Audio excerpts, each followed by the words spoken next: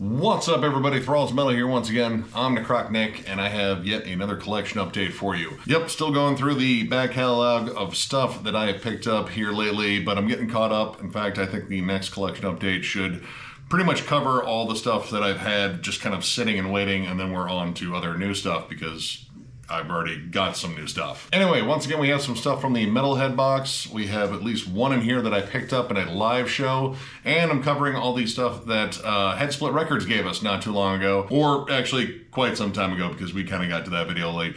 Either way, got a giant stack here for you guys. Not as big as maybe the other stacks that I've had, but this one's still probably going to be pretty long. So enough of the chit chat, let's get down to it.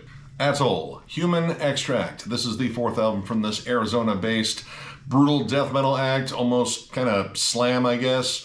We had these guys at Denver Death Fest. They put on a hell of a show. I absolutely love their just weird sense of humor. And I actually ended up picking up some of their albums and enjoyed them for the most part. And I saw this was coming out, and well, I mean, I enjoyed the last one, so I figured why not check this one out. And honestly, this is also really good. It's chuggy, it's brutal, it's very groove laden. Like, it's not, you know, like a very blast beat driven album. In fact, a lot of it is based on syncopated chugs, slams, just disgusting breakdowns, and of course, very over the top vocals. You have like pig gurgles and like low gutturals and high screams and really interesting atmosphere in terms of like samples and such, like going in between the songs. But a lot of this is just based on like the heaviest riff they can possibly come up with and kind of just chug it along. Now, while a lot of this definitely kind of hangs on to what they do, it's a lot of syncopated chugs, it's just a lot of just brutal, in-your-face, groovy stuff to mosh to. I do like it when they kind of step outside of at least a little bit of the formula in terms of the riff work, like You and Your Friends Are Dead and Justice in the Flesh.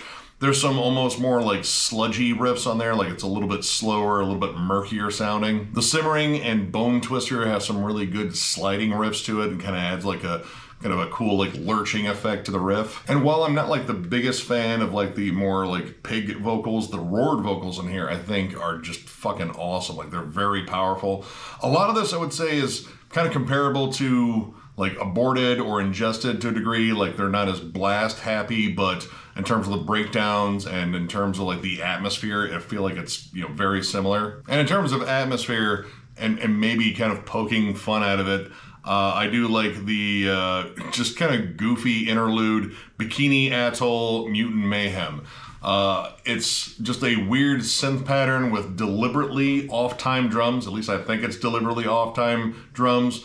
I think they're just sort of making fun of interludes in general, and in that way that interlude actually becomes endearing. I mean, full transparency, I'll probably skip it if I'm listening to this band, but I like the fact that they're kind of making fun of that, and their over-the-top nature just in terms of like their other releases, like making fun of the tropes of the genre itself, I think is kind of part of their thing. But overall, I thought this was pretty good. I mean, some of the songs do kind of run together. Like, there's a lot of the similar patterns in terms of the riff work, and like the grooves are kind of all very similar, but it's kind of a good similar overall, and this was just flat out fun to listen to. So yeah, if you're a fan of like Sugabog, Aborted, albeit like way more groovy, maybe Coffin Feeder, which is another Sven's side projects, which is also pretty damn good. If you're a fan of any of that stuff, I would recommend checking those out. It's a pretty solid album. Phobia, Slaughterhouse tapes. This is a compilation of both of the demos from this Norwegian death metal act. Both demos came out in 1991. We have The Last Settlement of Ragnarok and Feverish Convulsions, and I was really stoked to get this because this has Ivar and Gridlink from Enslaved. This is their pre-Enslaved stuff. This also features members that would go on to form Theater of Tragedy too. I'm still blown away by the fact that both Gridlink and Ivar were like 13 or 17 or both when they were doing this band, because honestly this is some really solid, well thought out death metal. I think overall, like stylistically, it takes maybe a little bit from Sweden, but most of it really kind of has that Finnish death metal sound, like, you know, early Amorphous, Sentenced, stuff like that. But these guys had riffs early on, because this is just very riff oriented, very groovy, kind of doomy. Now, the fact that these are, you know, demos from the early 90s, they are a little bit rough. There's like an analog hiss throughout the entire background of the Last Settlement of Ragnarok demo, but the songs themselves, I think, are really good. Gridlink has some incredible vocals even early on. Like, this is definitely more straightforward, like low death metal vocals. It's not necessarily comparable to what he does now in terms of his harsh vocals, because I still think he's got like some of the best harsh vocals in black metal, or whatever you want to call what Enslaved does these days. I don't know, like black metal doesn't quite cover it anymore, but Amazing definitely does cover it. But everything is just very raw and gritty and fuzzy sounding. Like, there's definitely some stuff in here I would compare to like early Autopsy too. And the title track on the first demo, The Last Settlement of Ragnarok, has a almost Death Doom-like quality. It's a little bit slower, more lumbering. I really love the songwriting on there. Like, I think it's just like absolutely awesome. It's very dynamic, and again, considering they were so young, I'm just kind of blown away by that. Like, I know what I was doing when I was like 13 through 17, like not a whole lot of anything productive, like mostly just getting in trouble. Then, you know, like buying metal CDs. Big shocker there, I'm sure. But anyway, the Last Settlement of Ragnarok demo, I think, sounds pretty good. When you get down to the Feverish Convulsions one, it gets notably more raw. And this actually includes some rehearsal demos, which sound even more raw than the already very, very raw demo. Granted, all the riffs are there. I think it still has like a lot of killer songwriting again. The production, again, is just really gritty sounding. In fact, the opening track on there, Thy Rotting Flesh, it sounds like Gridlink is singing with a bucket over his head. I do think the guitars are a little bit crunchier on that demo versus the other one. Like, there's a lot less fuzz on it, but overall, like, the quality of it in terms of like making out riffs and melodies is a little bit more difficult. But overall, I enjoyed this entire thing, and I kind of knew I would just because I knew who was involved. These guys are just great songwriters, and apparently that started super early. Like, you know, they hit puberty and then they became just awesome songwriters. I don't fucking get it. I hit puberty and just became more awkward. And that is clearly a trend that has continued ever since puberty for me. But yeah, this comp was absolutely awesome. You know, warts and all, because there's a lot of warts on it just in terms of like the grittier production and trying to make out stuff. But like in terms of like the songwriting and such, like it's just fantastic. It's great old school death metal. Again, a little bit closer to like Finnish death metal overall, but I have no problems with that whatsoever because I love Finnish death metal. So yeah, if you love, again, like early Amorphous, Sentenced, I would definitely say like Autopsy, early Death, pretty much anything like that, I'm reasonably sure you would dig this, so check it out. Runmagick, On Funeral Wings. This is the 7th album from these Death Doom veterans from Sweden. I have been, you know, slowly but surely getting a lot of their stuff. I actually went over the album that came out before this, Darkness, Death Doom, which all three of those words advertise that album. Also, the word awesome could describe that one too, because I thought it was just absolutely killer. And lo and behold, they followed up with yet another sick offering. I am becoming a huge fan of this band, and I was already a pretty decent sized one, but these last couple that I've picked up, man, honestly, it's some of the best death doom I've heard. This band knows how to do pretty much everything right for this genre. The atmosphere is generally well set up. It's not drawn out too much either. They get right down in the riffs, and I like how they separate up the doom moments and the death metal moments on here very cleverly. Like, they'll take kind of the same riff, like a big droning doom riff, and then tremolo it up, maybe add a blast beat or a D beat behind it, but then kind of sink back into that just doomy, gnarly, slow, lumbering style. It's on display on this entire album. The opening track, Monolithic Death, is almost like a setup, and I love how it transitions into Rise of the Second Moon. It's like a good appetizer and then full course meal, because these songs get rather long, but they don't necessarily overstay their welcome. Like, there's a couple of songs where I thought they could have trimmed off a bit, but not many. Honestly, a lot of these songs flow really well. There's great dynamics to them. You have great evil, dissonant riffs on songs like Dragon of Doom, the Doomsday Scythe, and In a Darkened Tomb. They like peppered in the word doom a lot. And In a Darkened Tomb actually gets faster too, along with Riders of End Time and Emperor of the Underworld. Both of those have like up-tempo sections. There's like brief blast beats, D beats. It gets a little bit more on the death metal side, but generally it all comes back down to like the chuggiest, heaviest riffs, like the title track, Hyperion. And the production here I think is fantastic, though this is a Hammerheart remaster, reissue, so I don't know what they all did from the original version. I haven't listened to the original version, just this one, but everything on here just sounds fantastic. Like, the bass has this huge snarl to it. The guitars are thicker than hell. The drums are prominent. Love the vocals. Like, pretty much just everything about this is just sonically awesome. This is like listening to Candlemass and Morbid Angel at the same time. They're sort of like melding together as some creepy, nebulous, riffy beast. I'm totally down for that. Now, I did have a couple of issues with here, and one of them is not really much of an issue. There are like interlude tracks on here, but I can't complain about them because they're actually kind of riffy themselves. Like, they're more set up into the next track. Granted, you could say, like, why not just add those to the main tracks that they are kind of leading into? That's a fair argument, but they're not bad. Like, they're not something I would actually skip.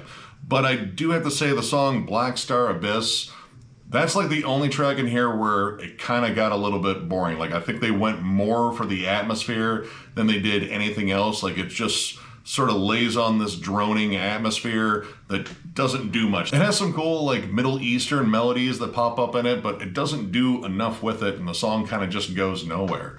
But outside of that, this album is fucking fantastic, and I don't know, it might be better than Darkness, Death, Doom in some respects, but honestly I would say they're both great. Like, if you love Death Doom, I'm reasonably sure you're gonna love this, and I mean, as long as this band has been around, I'm reasonably sure all the Death Doom fans out there probably know about this band. But yeah, if you like bands like Hooded Menace, for damn sure, I would say definitely check this out. And I'm definitely going to be looking for more reissues from this band because so far they have yet to really disappoint me. So yeah, check them out.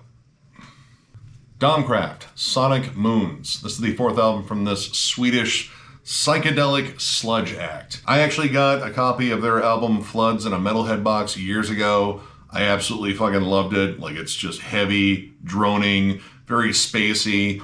Honestly, it's kind of similar to bands like Monolord and Truck Fighters. Like, it has a bit more stoner metal to it, but the tone is, I mean, I don't know, you could still argue it's like stoner doom, but it has like a little bit of that sludgy sort of like kind of crispiness on there. Like, it's not like fully all warm and droning, like there's a little bit of sizzle to it, and I guess that's like the sludge part really coming through. That maybe the vocals occasionally get a little bit more harsh, like there's more screaming on it that's, you know, definitely more comparable to like bands like I Hate God and like Buzz Oven a bit. But the whole feel and atmosphere in here, like that psychedelic sound definitely makes this sound more like a stoner metal act.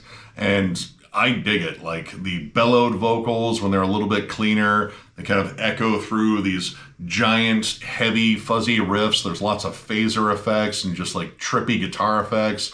The bass is super warm and fuzzy. Most of this is at a slower tempo naturally, but there are some moments to sort of like pick it up a bit. But I like it when it gets slower and chuggier, like especially on Slow Burner and Black Moon Rising. Those songs just get like flat out heavier than hell. That sludgier side definitely coming out. And I do like the fact that there are some shorter songs, because it's kind of one of my complaints occasionally about Stoner Doom is like sometimes the songs get a little bit too long. But this one peppers in some shorter tracks in between the longer tracks, like Downpour and Black Moon Rising are kind of back-to-back songs that are, I think, around like the 5-minute range. So they're still, you know, reasonably long. They're not like shortening up everything, but it kind of is a different vibe than, say, like, you know, the more like 9 to 10 minute jams. But yeah, I dug everything on this album pretty much. It's just a really good spacey jam session. And that is exactly what I want from this band. The albums that I have by them, that's the effect. Like, you just put it on, start it, and let it kind of play all the way through. Generally, their albums flow really well. It feels, again, like they kind of just jammed it in studio, and a lot of it feels like it's not necessarily like, you know, like a deliberate structure, like, oh, we have to do this movement and this movement. It's like, no, let's just kind of go where the song takes us. And I don't know, I like that in my Stoner Doom, or in this case, psychedelic sludge. I feel like Stoner Doom still maybe a little bit more appropriate, but yeah, no, this album is absolutely awesome. If you, again, love stuff like Monolord and Truck Fighters, Sleep, maybe a little bit of The Sword, just in terms of their earlier albums, stuff like that, definitely check this out. Damn good listen. Exmortus Necrophony. This is the 6th album from this California-based neoclassical death thrash act. I have seen this band live twice, once here in my hometown in Toledo, and holy shit, they are good live. This band is just unbelievably shreddy and just entertaining as hell to watch. Like the guitar play alone, the trade-offs and leads, some of the guitar tricks they do, just absolutely amazing showmen. And while I really like their music, that is always the thing that just kind of keeps me coming back, is because I just want to be entertained by all the insane guitar play on here. And once again, I am insanely entertained by all the guitar play on here. Conan just does not skimp on any ounce of shred or melody. Like, there's, again, tons of neoclassical leads, but honestly, overall, I think they paid a little bit more attention to songwriting here, because, man, these songs are really catchy. There's a lot of stuff in here that reminds me of, like, you know, earlier Children of Bodom, Morris Prince of PM-esque. Like, it just has that sort of quality where you have, like, a good thrash backbone to some of the songs. Like, Oathbreaker in particular is just a thrashy ripper, as well as Beyond the Grave and Darkest of Nights, and that's Knight Nights. I don't know if that song is about Batman. Could be about Batman. I don't know. These guys have done, like, interesting covers. They've covered, like, the Psycho theme, they've covered Beetlejuice's theme, and they've done, like, classical covers too. So I'm not going to completely rule out Batman as a thing that they would actually cover on here. But that song in particular is like an 8-minute riff slash shred fest. Like, it's just as riffy as it is, you know, just completely showboating with all these solos. And oddly enough, like, there's a point where, you know, like, all the lead play kind of turns into wank for a lot of bands for me, but with this band, just because they're very transparent about that, and the fact that they add so much neoclassical play, it's all very tuneful and melodic, it really doesn't become overbearing, because that's kind of what I expect from these guys, and they do it so damn well. And they're always good about throwing in an instrumental. Storm of Strings on here is just an absolutely banging instrumental that delivers everything that this band does except without vocals, which I have no issue with the vocals whatsoever. Like, he's got a good kind of melodic death metal sort of roar where it's not necessarily like more brutal, but it's not like a thrash yell. Kind of sits somewhere in between there. It's not really the main focus of this. The main focus is the songs and, again, the riffs and all the insane leads. And yeah, they nail it possibly better than they have before. Like, I really think this is one of their best albums. And while this is like a little bit long, I was not bored at all listening to this. In fact, I was fighting the urge to fucking like air guitar to like every fucking song, and I don't even know how to play guitar. I'm just making up shit as I go. Like, it probably looks stupid to anyone that's ever picked up a guitar before, but I don't care. Like, it's that fun. Like, you just kind of want to do that. So yeah, I absolutely love this. This is an absolutely killer album. If you're a longtime Exmortus fan, it's a good chance you already picked it up. And if you've ever been on the fence, this, you know, might be the one I would recommend to check out, because I think the songs stand out as much as the flashy lead play and all of the just guitar pyrotechnics that are all over here. This is just a flat out fun listen, and yeah, I just dig it, and I really want to see them live again after this. But yeah, again, if you're a fan of like Children of Bodom, Morse Prince PMS, I would even say like Trans-Siberian Orchestra. It's almost in that caliber too. Check this out. This is just an absolutely killer album. Kvelertak Endling. This is the 5th album from this Norwegian, black and roll, punk, I don't know. Like, I really still have no idea how to describe this band. This band is such an amalgamation of different styles. There's even like thrash metal mixed in.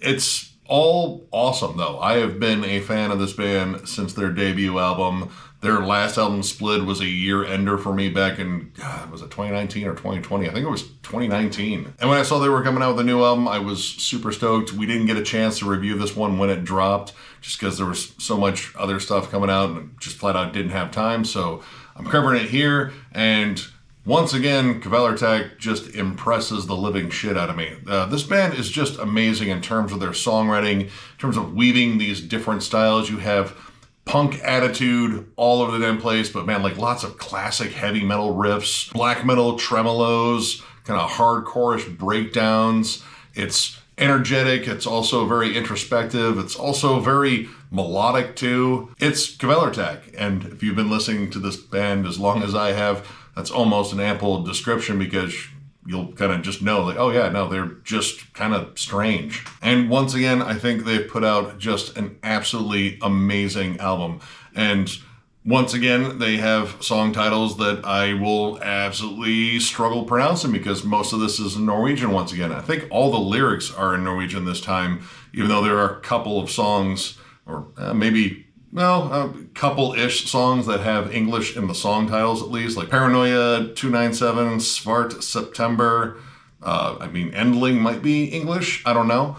Either way, I love the songwriting, like how they're able to blend all this stuff. The creativity that this band has is just amazing, and the vocals can range from like just great sing-along choruses to just shouted, snarling kind of like punk hardcore vocals.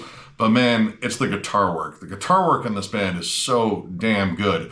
They have 3 guitarists, and they can actually justify that because the way they layer melodies and, you know, have like a lot of cool guitar interplay.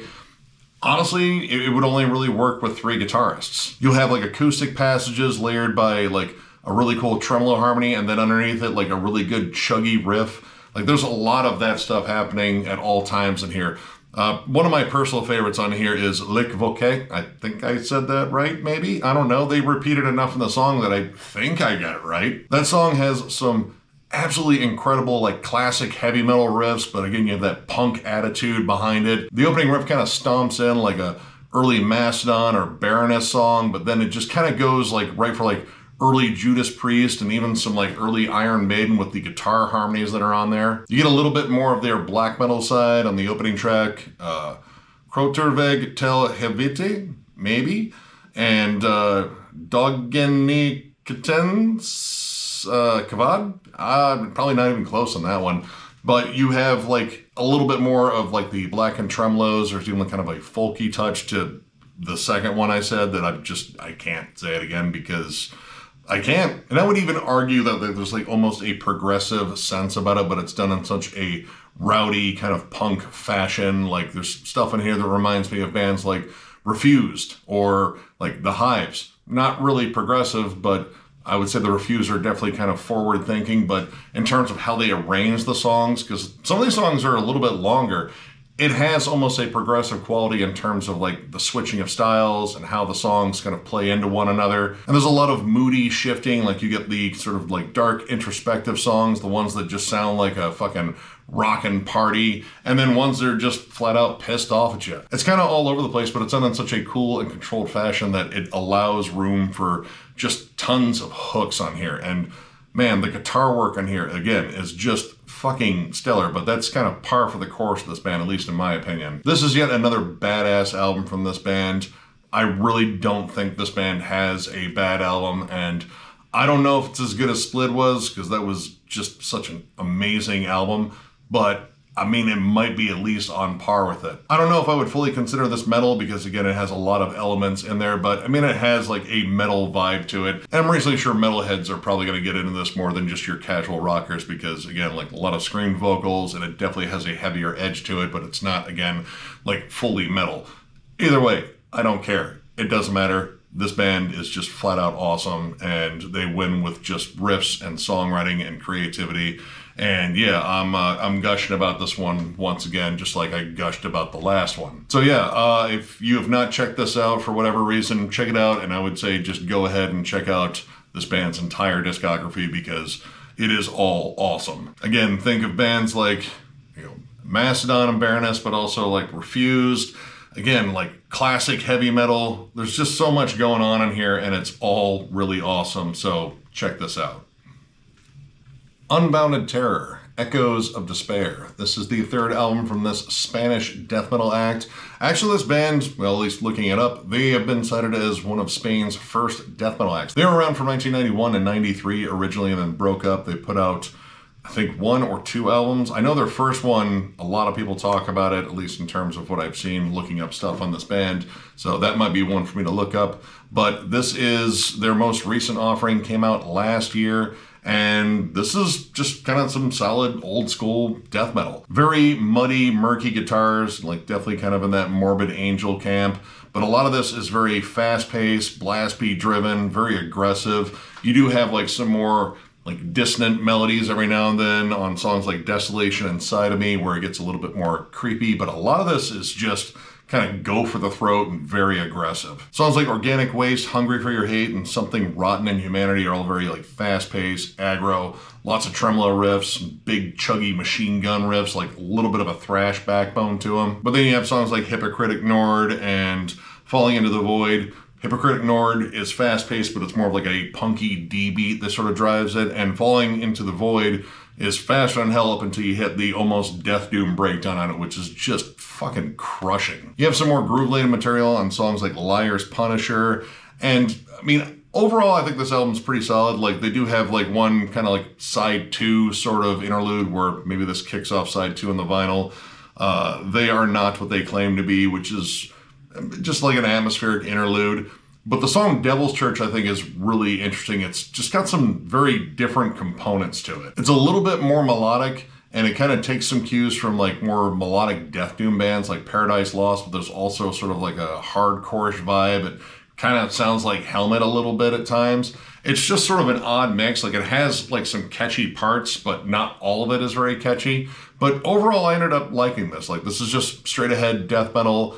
Not too many frills on it. It's not like genre reinventing or anything like that. It's just well executed death metal, and ultimately that's good enough for me. I just like good death metal. I do want to check out their debut album because I saw a lot of good reviews on it, and I mean, again, this band has some historical significance in terms of death metal in Spain, so I figure this is a band to at least look into a little bit more. But yeah, if you like, again, like Morbid Angel, I would say like Vader, Malevolent Creation, and maybe like a little bit of Obituary too, because their tone has a little bit of that like Trevor Perez sort of like dirtiness to it.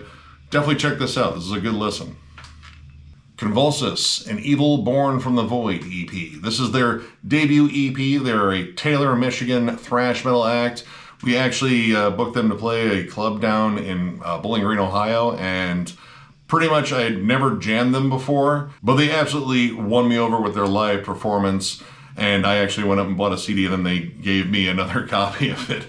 So yeah, no, they were super happy to be playing the show, and I was just super happy to get this because all 4 tracks in this absolutely whoop ass. Like, this is the kind of thrash that makes you want to scream Slayer at the top of your lungs. It has a lot of crossover energy, but it is just fucking pedal to the metal, fast as hell, riffs aplenty. It's machine guns going at all times, just vicious thrash metal, and that is exactly what I wanted. Like, this is pretty much in the same vein as bands like Enforced right now, or like early Evil, like that first Evil album. Like, it just moves at such a breakneck pace, but still wisely breaks up with a couple of like just really solid breakdowns like Servants of the Abyss. But man, the second track, Living Obituary, that song's breakdown is just pure thrash metal excellence. Like, that is like borderline a perfect thrash metal breakdown. I believe these guys did the production themselves, and it sounds great. Like, the drums have a good pop to them, the guitars have a good crunchy tone. The vocals are really interesting. Like, I like his vocal approach, but it's kind of hard to pick one because he constantly flips around. Like, there's like more of a hardcore shout that comes in, more of like a kind of snotty thrash delivery, like not quite like, you know, Bobby Blitz, but kind of close to that. And then there's some other ones that are just,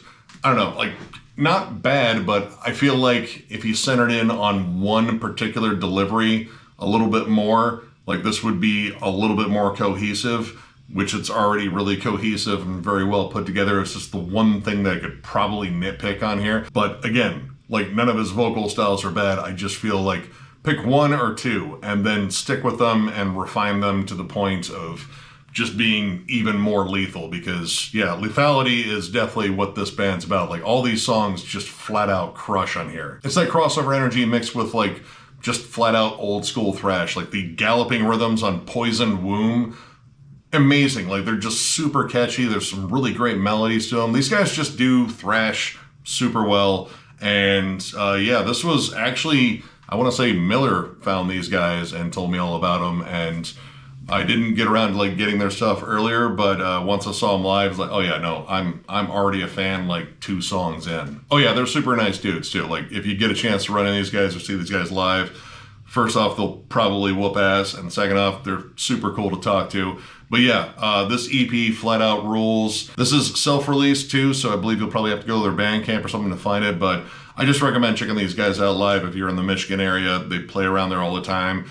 I think they do a fair amount of touring, at least in like the tri-state area for now. But yeah, this is just a fucking smoking EP. Again, if you're a fan of Enforced, Slayer, again, like early Evil, I would even say some Exodus in there too. Check this out. This is just fantastic.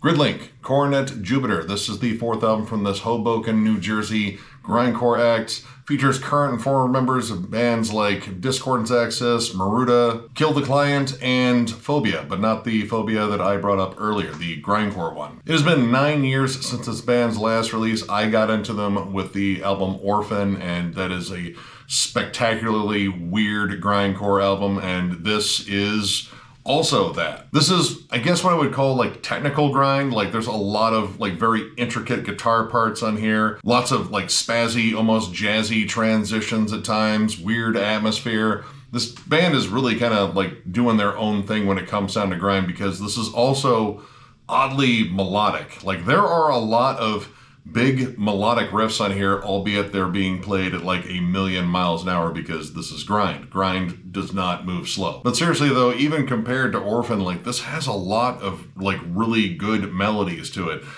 Silk Ash Cascade, Nickel Gross Mosaic, the dissonant melodies at the end of The Forger's Sassad, I think that's how you say that. There's a lot of really interesting song titles on here. And I'm not about to fully pretend I understand everything they're talking about, or rather like screaming about. John Chang's vocals on here are absolutely ferocious. Like he is shrieking his guts out. But again, this is oddly tuneful. Like there's like major chords, there are harmonies peppered in, but they're played at like grindcore intensity, and production-wise, like this has all of the just, you know, gritty sound of grindcore. I do think it's a little bit kind of absent in the low end, but there are a lot of like technical bass lines on there, so there's not a lot of like big, like low chuggy moments on here, and the drums are going absolutely apeshit in here, but I do think the high end is a little too covered, like even with the crashing cymbals and the shrieked vocals and kind of squawky guitars, it can be a little bit much at times. Now while this has definitely got like a lot of like really interesting melodic riffs, like it gets flat out brutal at times, like Anhalter Bonoff. I don't know if that's even a person or just a thing there. I don't know. And Pitch Black, Resolve, Refrain. Those songs all have like some seriously brutal moments on here. And the song Ocean Vertigo is a little bit longer and a little bit more atmospheric. So there are some interesting changes of pace, but all these changes of pace like take place within, God, I think this album's like 21 minutes long, and it is nuts from start to finish. It's almost dizzying the amount of like quick riff changes and like weird harmonies and just bizarre transitions that are on here, all condensed down to like a very short album. But it's really catchy for what they're doing. And honestly, I don't hear a lot of grindcore bands really tamper with like melodic hooks like this band does. Like they are melodic, but they are played in such a way to sound very just like unsettling and twisted. But if you get past that sort of like raw production, that frantic pace and just hyper aggression, like there are some absolutely cool, clever hooks on here. I was pretty hyped about this one when it was announced, and again, this was another one that we tried to cover, but again, this year has just been absolutely packed with releases, especially towards the end of the year. Like it seemed from like late August all the way to most of November, like the first 2 weeks of November had a lot of releases. It was just jam-packed, so there was almost no way that we could cover everything in a review. But I definitely wanted to cover this one, and I definitely wanted to pick this up, and this also reminds me that I need to get some Discordance Access in my collection. I know Willits had reissued them not too long ago, so I'm out of excuses. Like, I listened to them for fucking years. I just haven't picked up their albums. Like, it's always been on the fucking back burner. Anyway, back to Gridlink. This album is fucking awesome and one of the most bizarre grindcore releases I think I've heard this year, but it's also very inventive and very catchy for what it is. God, I don't even know what to really compare this to. Like, I guess some of this kind of reminds me of Pig Destroyer a bit, but again, like it kind of has its own thing going on. If you're just a big grindcore fan in general, I just strongly recommend checking this out because this is just fucking nuts. And I kind of just wanted that from Gridlink. Like, just give me a weird listen and make it catchy, and they did. So yeah, check it out. Anthropophagous, Abuse of a Corpse. This is the second album from this Massachusetts-based death metal act. I became a fan of this band with their first album, Death Fugue. In fact, that was a 2021 or 2020? 2021, I think. Year ender. It's kind of hard to keep all these years straight, but I absolutely love their debut. Crushing, awesome, riffy, old school death metal.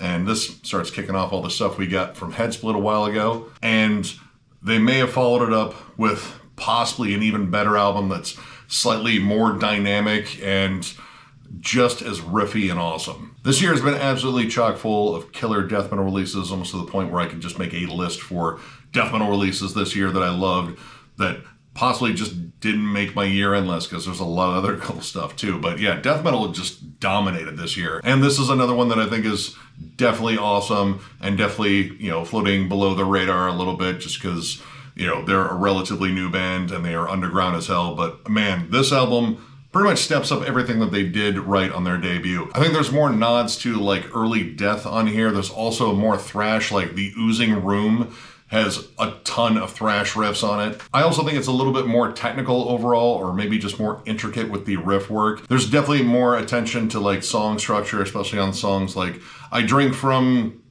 Your Skull, but it says I Drink From You Skull in the back. We had a little bit of a typo there.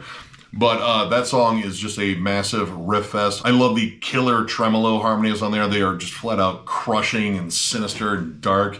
But man, like, you get so many different kinds of just killer riffs on here. And all these songs really work at like standing apart. Like you have like acoustic melodies that break up songs, or at least lead in songs.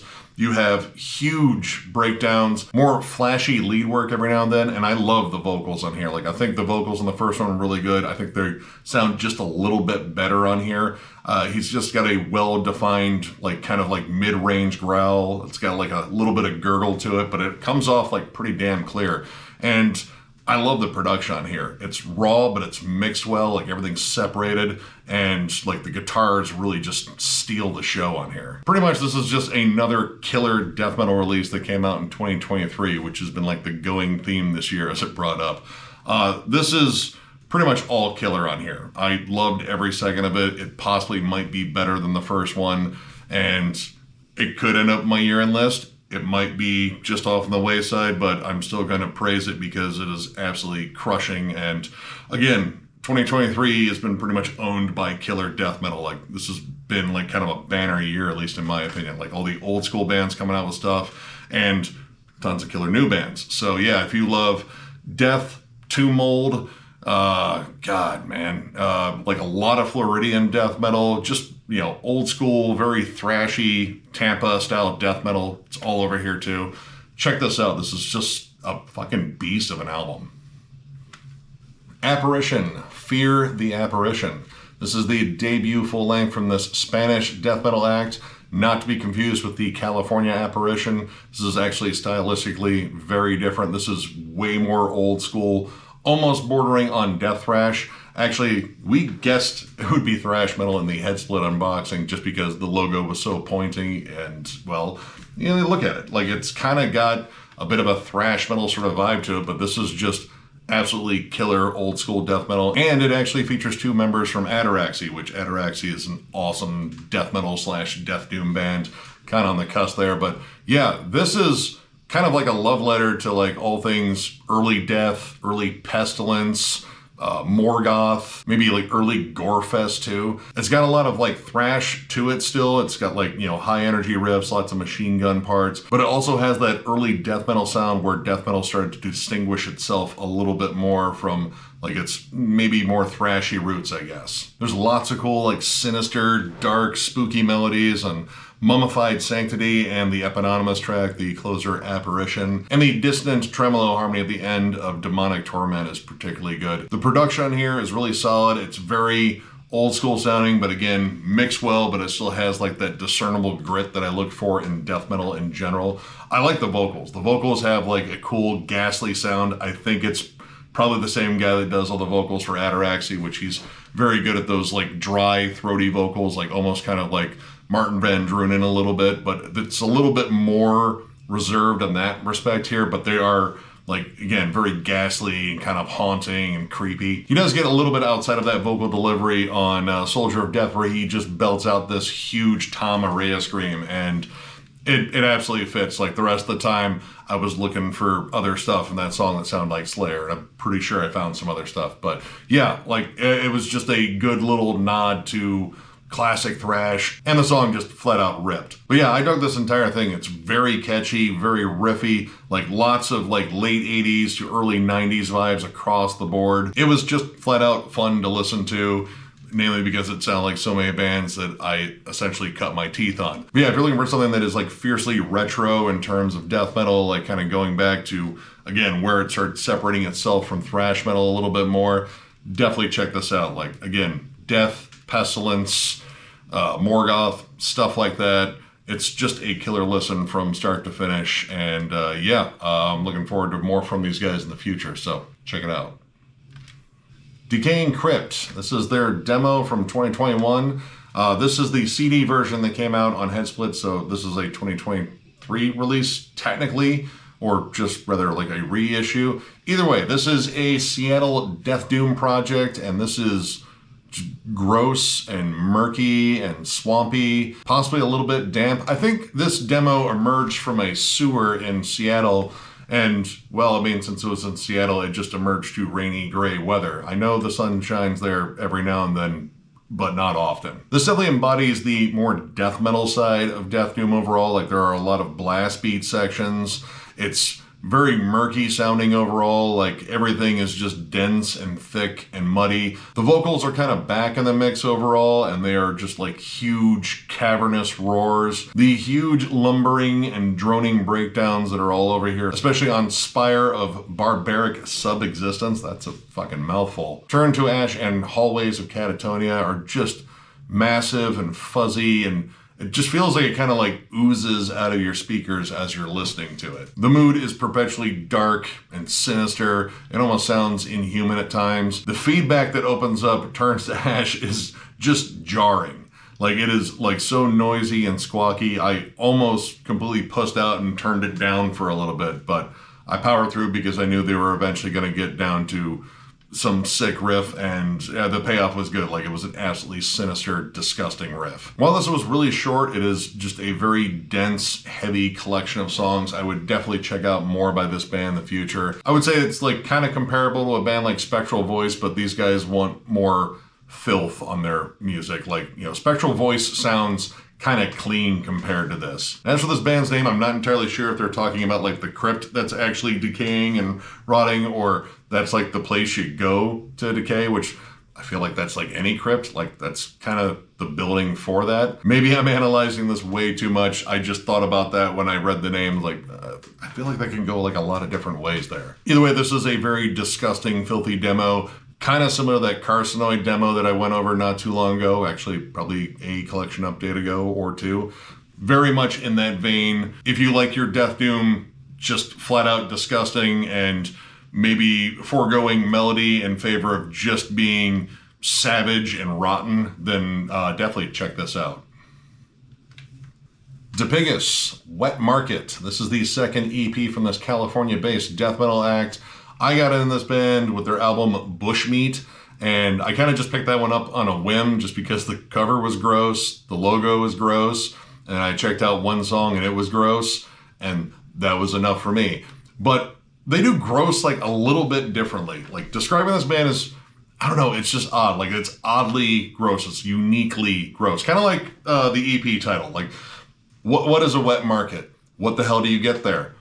Don't answer any of those questions. I don't really want to know, but I mean, I kind of do. I don't know. This band loves strange atmosphere, and it's just like unsettling and weird. It's like watching Cannibal Holocaust on way more mescaline than you should be watching Cannibal Holocaust on. Like, I feel like a lot of their samples come from like grindhouse horror and like weird newscasts. There's all sorts of like just creepy synths and sort of like dripping, spongy atmosphere. But when they get down to their absolutely rotten, savage style of death metal, it is so just sticky and murky and filthy. Like, their riffs are just swampier than hell, but every now and then they kind of catch you off guard with like some really clever melodies. Like the song Bug Sounds, in parentheses Otisex. I don't know what that word means, but it kind of starts off with almost like a Jaws-like riff, and then you have like these weird sort of crackling synths and samples. It feels like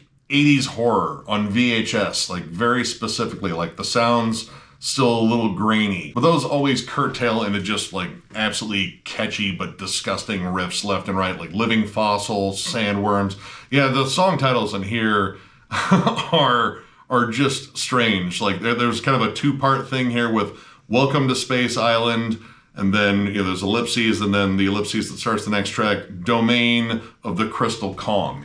Like, I don't know, there's like a whole storyline to their gross, sludgy madness here, but I don't know, it's really cool. Like, I get like fierce autopsy vibes, kind of like witch vomit a little bit too. And their frontwoman, Clarissa, has some absolutely disgusting growls. Like, she has flat out filthy vocals to the point where it sounds like she's like just barfing out slime on the microphone every time she gets behind it. And the breakdowns in here are just flat out disgusting. Welcome to Space Island has an absolutely just murky, filthy breakdown on there, and that actually goes into some really solid lead work on there too. Now, while I like the atmosphere, I do think they go a little bit overboard at times, like the last track, Onslaught of the Mecha Kong Jungle Crusher.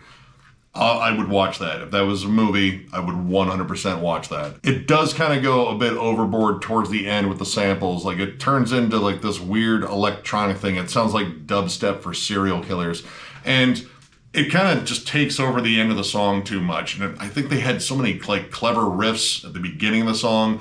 I kind of would have liked to have heard like at least a shorter fade out, because I don't know, it just got to be a little bit much. But overall, like, this band is awesome, and well, spoiler alert, we'll be reviewing them in January because they have a new album coming out in January. There's already a track up and it sounds absolutely filthy, and I'm excited to talk about this band more because yeah, no, Dipygus is just strange, ugly death metal, and I really like it. And I think they have kind of a weird thing going on that's kind of their own here. But yeah, if you're a fan of like Autopsy and just the grossest, sludgiest, gnarliest stuff out there, it's also this. So yeah, check this out and check out the rest of their stuff too. Yeah, Bushmeat's a hell of a listen, and I still need to hunt down their first one. But yeah, killer EP, and I'm looking forward to going over that new one when it drops.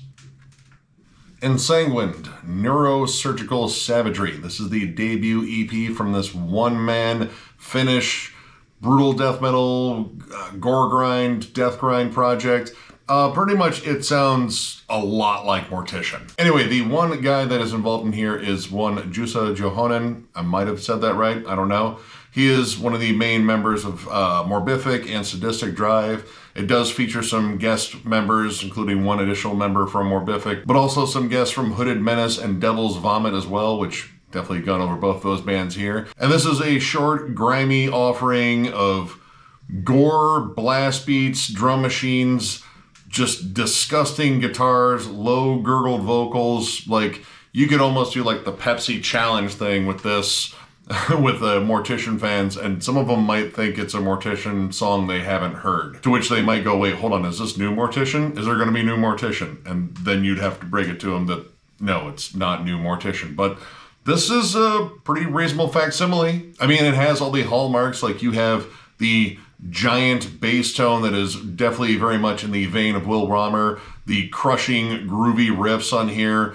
The guitar tone is also absolutely disgusting as hell. And of course you have horror movie samples, which you can't have a Mortician album or really like a Mortician worship album without a couple of horror movie samples. There was even a couple I recognized on here. I mean, one of them is definitely from Evil Dead. And then some of the other ones, I swear I've heard before, but I could not quite place them. But again, that's the atmosphere. It's supposed to be just, you know, disgusting and riffy and, again, very much in the vein of Mortician. And naturally, because it's Mortician, you have to have some big slammy riffs, and there are definitely some on Chainsaw Surgeon, Bound with Bowels. Yeah, the song titles are great. Public Punishment, Cataclysmic Conjuration. And then you have a bonus track from their 2022 demo, Secret of the Slaughterhouse, which I actually kind of prefer the production on that demo track to the rest of the album. The drum machine program sounds a little better, and the guitars have like an additional bit of snarl to them. Like, they're not so dominated by the bass on here, which of course the bass is just disgustingly loud. And honestly, it has like a little bit more of like a straight up old school death metal vibe to it. Like, the rest of this is just chugs, blasts, it's brutal as hell, and I enjoy it, but I like, you know, the little bit of nuance that's actually in that demo track versus the rest of it. The vocals are exactly what you expect from Mortician Worship. They are super low, gurgly, and disgusting. There might have even been a snort on here, like just a flat out pig snort that they just slapped some fucking reverb on and just made it sound more disgusting. But yeah, this is a short, violent offering, and I mean, I could pretty much just say it's Mortician Worship, and I think you know exactly what it sounds like. So overall, yeah, I like it. I do think it's a little on the nose, but I think that was the intention of this, to be just a straightforward Mortician Worship album. Like, honestly, I expected like kind of a Carcass Worship one on this one, just because the, you know, collage work on there. Granted, it is horror movie stuff. I don't know, that always screams Carcass to me. But yeah, this is a pretty solid EP. Granted, I prefer Morbific and Sadistic Drive over this, but this is still really good. Again, if you're a big Mortician fan and you just like just the absolute grossest death grind, death metal, brutal death metal, whatever the hell you want to call it. I mean, pretty much, again, if you just love Mortician, check this out, because it sounds like Mortician. Purulent Remains, Fermented Death. This is the second EP from this, I guess, gore grind / death metal act from Panama. Actually, probably the first metal act I think I've heard of from Panama overall. Now, judging by the cover, I probably didn't need to tell you this was gore grind. Like, that's a pretty easy guess. And believe me, the cover's nasty, but I don't even like looking at the back of this one. Like, there's a lot of peeled flesh on the back of this, and I'm reasonably sure I might get in a little bit of trouble for already showing this, so I'm just gonna not show you the back. Anyway, this definitely takes a lot from early Carcass, like maybe not as much Reek as much as like Symphonies of Sickness, because there are some really cool riffs on here that are a little bit more ornate, but production-wise, I would say it's closer to Reek. It's mixed better. Like, a lot of things are mixed better than Reek of Putrefaction, but I would say like this actually separates it up, though I think the bass almost kind of dominates the guitars on here. Like, the guitars are very squawky and ugly, but the bass comes in just kind of thunderous and fucking dirty behind it, and honestly kind of dominates a lot of the riff work. You got some good atmospheric setup in the opening track, Postmortem Amputator. You have some horror synths that are very akin to like Fulci movies. I have to say, like, there's a lot of groove on here, and a lot of this was like, you know, not just a blast beat fest of just grossness. Like, there's a lot of like catchy riffs on here. The vocals are disgusting as hell, but they really work here, and I actually really like them. Like, it's not like the most, you know, like gurgly kind of barfed vocal. Like, there's actual intonation to the vocals, and I think they're just really well executed. The vocals occasionally get kind of ghastly, so you get a little bit more like sinister atmosphere when those show up. And I like the drum work on here. Like, it's very primal, it's very straightforward. It's kind of like that whole like punk drummer playing death metal sort of vibe, like kind of like Chris Ryford. And the title track throws in some absolutely just gross, doomy riffs on there, and I think with those added sustained riffs, like the, you know, guitar actually kind of shines a little bit more, because most of the time like that sizzly bass just dominates, but honestly it adds to the overall disgusting vibe of this EP. And that's kind of what I wanted with this. Like, I wanted something that was, you know, gross, much like gore grind should be, but also kind of catchy. I have kind of like a love-hate relationship with gore grind. Like, when it's executed really well, I absolutely love it, and then when it's just, you know, more about the song titles than it is the actual music, well, I mean, the song titles are at least, you know, fun to talk about. This one actually delivers some solid riffs. Again, it's groovy, like there's almost like a little bit of hardcore to it. And yeah, overall, I dug this one. I might actually have to go check out their first EP just to see what that's like, but I imagine it's probably going to be close to this one. Yeah, if you love, like, again, like early Carcass, Autopsy, God, man, like really gross Carcass worship bands like I would say Pharmacist or Fester Decay, like it's kind of right in that line. Check this out. It's just grindy and disgusting, but surprisingly riffy, and yeah, I really dug it. Seeping Protoplasm, Exhale Extinction. This is the debut full length from this Japanese death metal act. When I was looking up stuff on this band, they are very new, and I couldn't really find anything super familiar about them, but I did find out that one of their members was in a band called Urine Cop, and I am kind of fascinated by that. Like, I feel like that's a character that needs a whole story arc. Like, did he start off as like a sidekick for RoboCop? He just couldn't make the Force, which honestly, Urenkov feels like a guy that could totally make the Force in Detroit. Maybe he got like picked on in the police academy because he peed his pants once, and then, you know, that led into a whole story arc where he became like Maniac Cop, except he smelled like pee. I don't know, but before I get too distracted with all the story arc possibilities of Urenkov, I'm going to talk about this, and this is just some gross, violent, old school death metal bordering on like, kind of like old school brutal death metal. You have like absolutely raw, disgusting guitars, very groove-laden, gurgled vocals, like it's just heavier than hell and kind of wants to fight you. And I think that's the hardcore vibe, like you get that right away with the opening track. Well, it's an intro and an opening track, but the intro is actually musical, like it's a quick little instrumental before it leads into Crush Your World.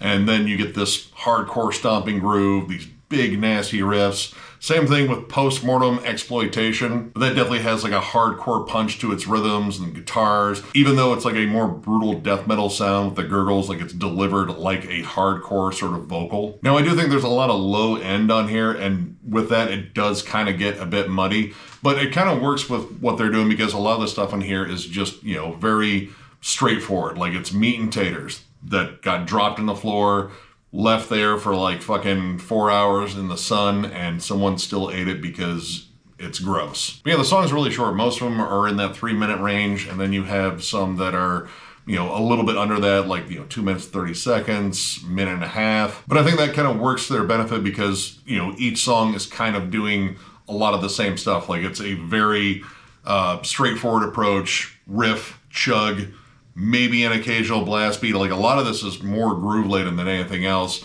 And then kind of get down to like another savage breakdown and then on to the next song. And to their credit, they do it really well. It's just, you know, after a while, you kind of hope to hear something different come up in the formula, and that really doesn't change. In fact, the only thing that really comes up that's different is a Jungle Rot cover. They cover Gorebag, and they do a really solid job. I'm a sucker for Jungle Rot, especially early Jungle Rot, and they do a really great job in it. But that's also kind of in their wheelhouse too, because Jungle Rot is a straightforward meat potatoes death metal band. But again, it kind of works for them, and what they lack in songwriting dynamics, they make up for in just sheer brutality. So yeah, this is just a flat out fun release.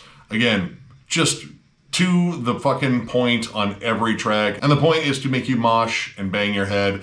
And well, I at least bang my head because I'm too old to mosh now. But yeah, if you like stuff like, Vomit Forth, I think Sanguisugabug's kind of comparable to. On the hardcore side, they do kind of sound a bit like Cruelty with a K, also from Japan. So I guess that's kind of comparable too. But yeah, if you're just looking for something savage and primal and just something good to drag your knuckles to, yeah, this is some pretty savage stuff. Celestial Sanctuary, Insatiable Thirst for Torment. This is the second album from this UK death metal act. I was a big fan of their debut album, Soul Diminished. So when I saw this band was coming out with a new one, I didn't pounce on it soon enough, but I eventually did, and I ordered it, and here it is. And this is yet another awesome death metal album that came out in 2023. What a problem to have. I mean, seriously, it is kind of a problem. Like this late in the year, we're still getting like just absolutely crushing death metal releases, and this band has delivered one that I think is at least on par with their first one, which their first one is absolutely awesome. I think they tightened up the production a little bit, and this is maybe a little bit more technical in spots than the first one. Like there was a lot of like bolt thrower energy on the first one. Like it's just groovy, heavy, lots of death harmonies. This still does that, but I feel like this one's a little bit faster, a little bit more aggressive in spots. I'd say it's like a slight shift within their sound. Like they're not changing their sound overall, they're just refining it. Like kind of comparing like Creeping Death's first album to their newest album, which I think is just, you know, light years better, but it's still very much the same vein as the first one. You still have like sludgy, kind of slower sections, like Meandering Stream of Foul Fluid. Good song title. Not my favorite one on here. There's one I definitely want to get to in a little bit. But, you know, a lot of Morbid Angel vibes, like dark, nasty tremolos. That sort of vibe also carries over to songs like Biomineralization, Cell Death, which also has some ferocious Morbid Angel vibes, but it's a lot more on the blasty side, which is also prevalent on songs like Swivel-Eyed and Gurning in the Shadows, and one of my favorites, Glutted with Chunder, which is just gross, because I assume over there chunder means the same thing as it does here, which chunder means vomit. So being like full of vomit. I mean, technically you're just full, like, cause I mean, if it's in there and it comes out, it's vomit. Just hearing it put like that, like you could just say, oh, I'm full because I ate too much at a buffet and I'm like distended outwards. No, you're glutted with chunder now because everything in you is potentially vomit if it comes out. So we can call it chunder. Anyway, this album is fucking awesome. I dig the hell out of it. Once again, this band has put out an absolutely killer album, and there are enough subtle changes on here where it's not quite just repeating the formula of the first one. There's some cool, additional bits on here. Again, I think there's more like lavish guitar play on here. The breakdowns hit just so damn heavily. And production, I like for the most part. There's something about the sound of the drums that kind of puts me off a little bit. Like they sound a little bit more triggered than they did on the first one. But outside of that, I have no qualms with this whatsoever, other than we have yet another absolutely savage death metal release in 2023, which already has arguably too many. Again, not a bad problem to have if you're a rabid death metal fan like me, but when you have to make year-end lists, it's a fucking bitch. Anyway, if you're a big fan of Morbid Angel, Creeping Death, 200 Stab Wounds, just killer death metal, definitely check this out. This is a beast of an album. And finally we have Brujeria, Esto es Brujeria. This is the 5th album from this Mexican death grind act, though they are now located in LA, and first in 7 years from these guys, and also the first one I have ever picked up by them. I've been meaning to get some Brujeria for years, I just never got around to it. I have them on comps, I've listened to them before.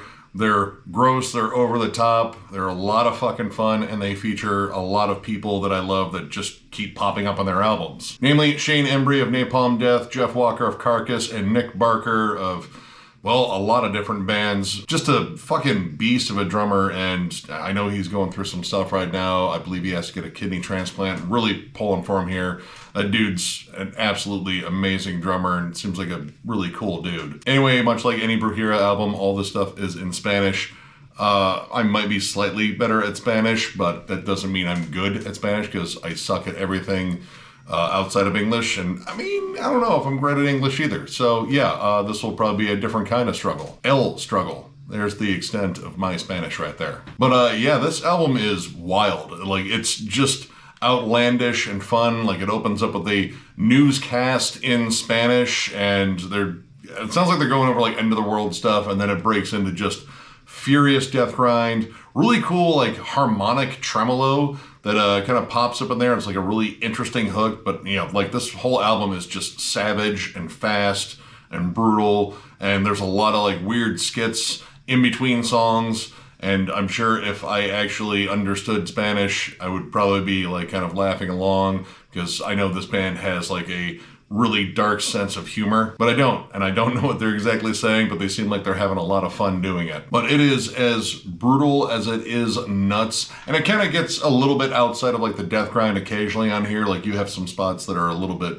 doomier. Occasionally you have like some breakdowns that just have like a flat out more brutal sound, like more along the lines of death metal. Like the song Perdido en el Espacio, I think I said that right? I don't know. It's got like a notably more like doom-laden breakdown. It's a lot more like sinister and oppressive, because a lot of this is just being peppered with fucking punch after punch on here. You also have a cool guest appearance from Jessica Pimentel. I think I said her last name right. Probably not. Known for Orange is the New Black, but also the fact that she has a cool metal band of her own, which I probably should have wrote that down in terms of that band's name, but I didn't. But people also seem to know her because she is Thomas Haka's girlfriend. But she supplies like the bulk of the vocals to Bruja Encabronada. maybe. And she's got some like really nasty screams in there, and the breakdown on that song is just heavier than hell. Now, I will say that this does run a little bit long. It's 53 minutes, and I do think there are some filler tracks on here, or just tracks that kind of do the same thing as other tracks on here that are also good. But at the same time, I was thoroughly entertained from start to finish. Like, this is just a wild ride of an album. There's even like horns that come in every now and then. It's just sort of nuts, and that's kind of what I expected from Brujia.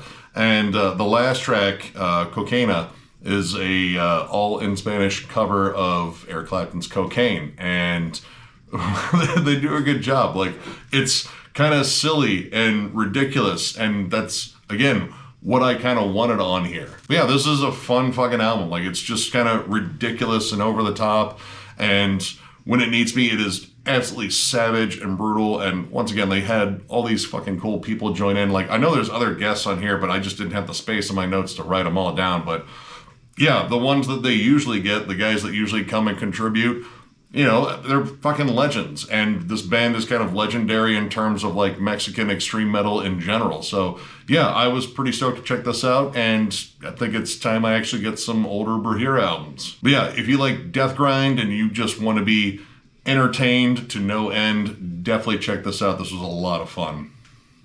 And that will do it for this one. This one was a little bit shorter. I'm already most of the way through on the next one, so the next one should be coming up relatively soon. And after that, I should be all caught up until I get more music that I'll need to cover, which that stack is at least growing a little bit slower. Like, I'm trying to wind down now that the year is starting to come to an end, but of course there are still releases that we're going to cover probably all the way through the end of this month and maybe a little bit into December. But as it stands, the release schedule is starting to slow down anyway, which is good because I need to start compiling stuff for year-end lists. And that's good because there's a lot of other stuff that we want to get working on for kind of that slow period, like around December, January, February. It does start picking up a little bit, which is good because I want to do some retro reviews. I also want to get some more States of Metal done, and you know, we have a Black Dahlia Murder discography ranking that's up next. That we finally got a Judas Priest out there. So yeah, tons of stuff coming. So if you enjoyed this video, give it a thumbs up, and if you are new to the channel, subscribe, because we do stuff like this all the time. We are also on Patreon. If you'd like to help us out there, there's a link down below to thrallsmetal.com. Our Patreon link is there. It is also in our channel. But thrallsmetal.com is where you go to find Thralls Metal merch. We have shirts, we have new ones, we have old ones that are discounted, we have hats. So if you're looking for any of that stuff, that is exactly where to find it. And of course, thank you guys so much for pretty much everything. This year has been absolutely awesome for the channel, and it's just been great seeing everything grow well beyond any expectations I ever had for it. You guys are great. We love bullshitting with you in the comments, and we love running into you at shows and we get out to them. This has been a hell of a journey, and it's still ongoing. So yeah, plenty more to cover in the future, and we're looking forward to having you guys along the way for the conceivable future. So once again, thank you all so much, and we will catch you later.